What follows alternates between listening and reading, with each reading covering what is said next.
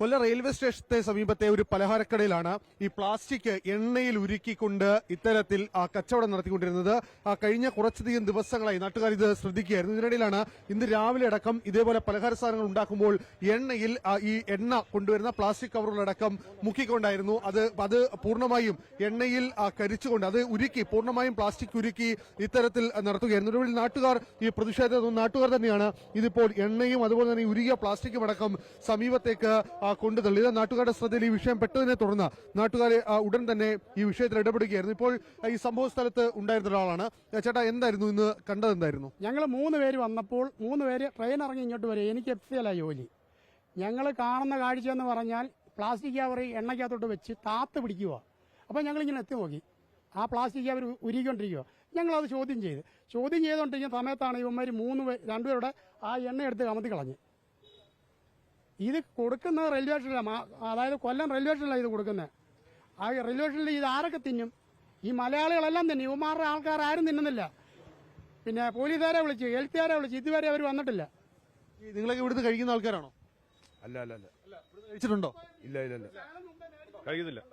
ഈ ഇവിടെ നിന്ന് വലിയ തോതിൽ ഈ റെയിൽവേ സ്റ്റേഷൻ, കൊല്ലം റെയിൽവേ സ്റ്റേഷനിൽ ഇറങ്ങി ഈ കൊല്ലം നഗരത്തിലേക്കടക്കം ജോലിക്ക് വരുന്നവരടക്കം ആശ്രയിക്കുന്ന ഒരു കടയാണ്. ആ കടയിലാണ് ഇത്തരത്തിൽ പ്ലാസ്റ്റിക് എണ്ണയിൽ ഉരുക്കി കച്ചവടം നടത്തിക്കൊണ്ടിരുന്നത്. എന്തായാലും വലിയ പ്രതിഷേധം നാട്ടുകാരുടെ ഭാഗത്ത് നിൽക്കത്തിലുണ്ട്. കാരണം ആരോഗ്യവകുപ്പിനെ അടക്കം വിവരം അറിയിച്ചിട്ടുണ്ട്. ഈ ഉണ്ടാക്കിയ പലഹാര സാധനങ്ങളെല്ലാം തന്നെ ഇത്തരത്തിൽ എണ്ണയിൽ പ്ലാസ്റ്റിക് ഉരുക്കി ഉണ്ടാക്കിയതാണ് എന്നുള്ളതാണ് നാട്ടുകാർ ആരോപിക്കുന്നത്.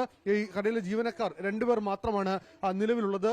ഇവർ മലയാളികളല്ല. പക്ഷേ ഇതുമായി ബന്ധപ്പെട്ടപ്പോൾ നിലവിൽ നാട്ടുകാർ പറയുന്നത് നേരത്തെ തന്നെ ഇത്തരത്തിൽ പ്രശ്നങ്ങൾ ഇവിടെ ഉണ്ടായിരുന്നു എന്നുള്ളതാണ്. നമുക്ക് ഈ ദൃശ്യങ്ങൾ കാണാം. കുറച്ചുകൂടി വ്യക്തമായി കണ്ടു കഴിഞ്ഞാൽ ഈ ദൃശ്യങ്ങളിൽ പ്ലാസ്റ്റിക് അടക്കം ഈ പലഹാര സാധനങ്ങളിൽ ഉരുകി നിൽക്കുന്നതായി നമുക്ക് ദൃശ്യങ്ങൾ കാണാൻ കഴിയുന്നുണ്ട്. അതായത് നാട്ടുകാർ ഉന്നയിച്ച ആരോപണം പൂർണ്ണമായും ശരിയാണ്. ഇത്തരത്തിൽ എണ്ണ കൊണ്ടുവരുന്ന ഈ പ്ലാസ്റ്റിക്കാണ്, ആ പ്ലാസ്റ്റിക്കാണ് എണ്ണയിൽ തന്നെ ഉരുക്കുന്നത്.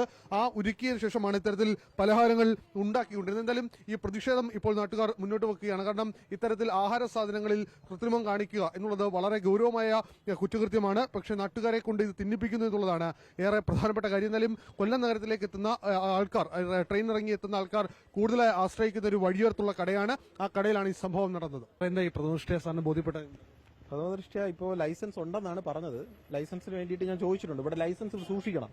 ശരിക്കും ഒരു കട തുടങ്ങുമ്പം കടയുടെ ലൈസൻസ് കട തുടങ്ങുന്നതിന് മുമ്പ് കോർപ്പറേഷനെ അറിയിക്കണം. അറിയിച്ചതിന് ശേഷം നിയമാനുസൃതം ലൈസൻസ്, വ്യാപാര ലൈസൻസ് എടുക്കണം. ഫുഡ് സേഫ്റ്റി അല്ല, നമ്മുടെ കോർപ്പറേഷന്റെ ട്രേഡ് ലൈസൻസ് എടുക്കണം.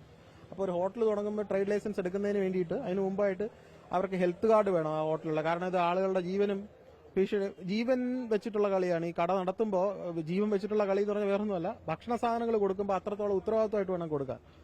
അപ്പോൾ അതുകൊണ്ട് അവർക്ക് ട്രേഡ് ലൈസൻസ് എടുക്കുന്നതിന് മുന്നോടിയായിട്ട് ഹെൽത്ത് കാർഡ് വേണം. വെള്ളം പരിശോധിച്ച്, അതായത് ഈ ഇവിടെ ഭക്ഷണ സാധനങ്ങൾ ഉണ്ടാക്കുന്ന വെള്ളത്തിന്റെ ഗുണനിലവാരം സംബന്ധിച്ച് അത് പരിശോധിച്ച് റിപ്പോർട്ട് വേണം. അപ്പോൾ ഹെൽത്ത് കാർഡ്, വാട്ടർ സാമ്പിള് ഒക്കെ നോക്കാം. അപ്പോൾ ഹെൽത്ത് കാർഡിൽ തന്നെ ഇവർക്ക് കണ്ടാജിയസ് ഡിസീസ് വല്ലതും ഉണ്ടോ, പകർച്ചവ്യാധികൾ, ഇതെല്ലാം പരിശോധിക്കും. പരിശോധിച്ചതിന് ശേഷം മാത്രമേ ലൈസൻസ് ഇഷ്യൂ ചെയ്യാറുള്ളൂ. സാധാരണ ഈ കോർപ്പറേഷൻ പരിധിയിലെല്ലാം അങ്ങനെയാണ് ചെയ്യുന്നത്. അപ്പോൾ ഇവർ ലൈസൻസ് എടുത്തു എന്ന് പറഞ്ഞു.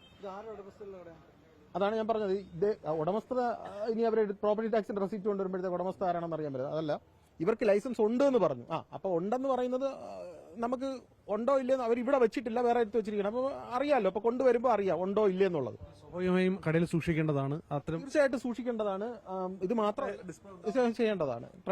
ഒരു സാധനം കടയിൽ മാത്രം ഡിസ്പ്ലേ ചെയ്തില്ലെങ്കിൽ കൂടി നമ്മൾ പരിശോധനയ്ക്ക് വരുമ്പോഴത്തേക്ക് അതെടുത്ത് കാണിക്കണം. അതുകൊണ്ടാണ് ഞാൻ വന്ന ഉടനെ അതിന്റെ 24 ഇവിടെ വരുമ്പോൾ കണ്ട ഒരു കാഴ്ച എണ്ണയിൽ ഈ പ്ലാസ്റ്റിക് മുക്കുന്ന കാഴ്ചയാണ്. അതിന് ദൃശ്യങ്ങളടക്കം ബന്ധപ്പെട്ട ഒരു പരിശോധനയും കൂടി നടത്തണം. കാരണം അവർക്ക് ആധികാരികമായിട്ട് അവർക്ക് പറയാനെന്ന് പറഞ്ഞാൽ അവരെയും കൂടെ സംയുക്തമായിട്ട് യോജിച്ച് വേണം അതിന്റെ സ്ക്വാഡ് നടത്താൻ, ഫുഡ് സേഫ്റ്റി ആയിട്ട്. ഇപ്പോൾ നമുക്ക് ഞാൻ പ്രഥമദൃഷ്ട്യാ കണ്ടപ്പോഴത്തേക്ക് ഗുരുതരമായ കുറ്റകൃത്യം ആണ് ഇവിടെ നടന്നിട്ടുള്ളത്. ഗുരുതരമാണ്. ഇത് വെച്ചിട്ടാണ് ഇതെല്ലാം ചെയ്തിട്ടുണ്ടെന്നുണ്ടെങ്കിൽ അത് അതിലേറെ ഗുരുതരമാണ്. ഭക്ഷണ സാധനങ്ങൾ റെയിൽവേയിലേക്കടക്കം ഇതേ സാധനങ്ങളാണ് കൊടുത്തുകൊണ്ടിരുന്നത്. അത് ഈ പറഞ്ഞതുപോലെ എനിക്ക് പറയാൻ വാക്കുകളില്ല, അത്രേ പറയാൻ പറ്റുന്നുള്ളൂ. ഇപ്പോൾ ശക്തമായ നടപടി എന്ന് പറയുന്നത് വാക്കുകളിൽ ഒതുക്കുന്നതല്ല. നടപടി വാക്കുകളിൽ ഒതുക്കിയോ ശക്തമായ നടപടിയെന്നോ വെറുതെ പറഞ്ഞു നിർത്താവുന്നതല്ല. എന്തായാലും ക്ലോസ് ചെയ്യാൻ ഇപ്പൊ എന്തായാലും ക്ലോസ് ചെയ്യുമല്ലോ. ലൈസൻസ് കൊണ്ടുവരട്ടെ, ആദ്യം ലൈസൻസ് നോക്കട്ടെ. ലൈസൻസ് ഉണ്ടെങ്കിൽ നമുക്ക് ക്ലോസ് ചെയ്യാൻ വേറെ വ്യവസ്ഥകളാണ്. ഇത് പ്രൂവ്ഡ് ആയിരിക്കണം.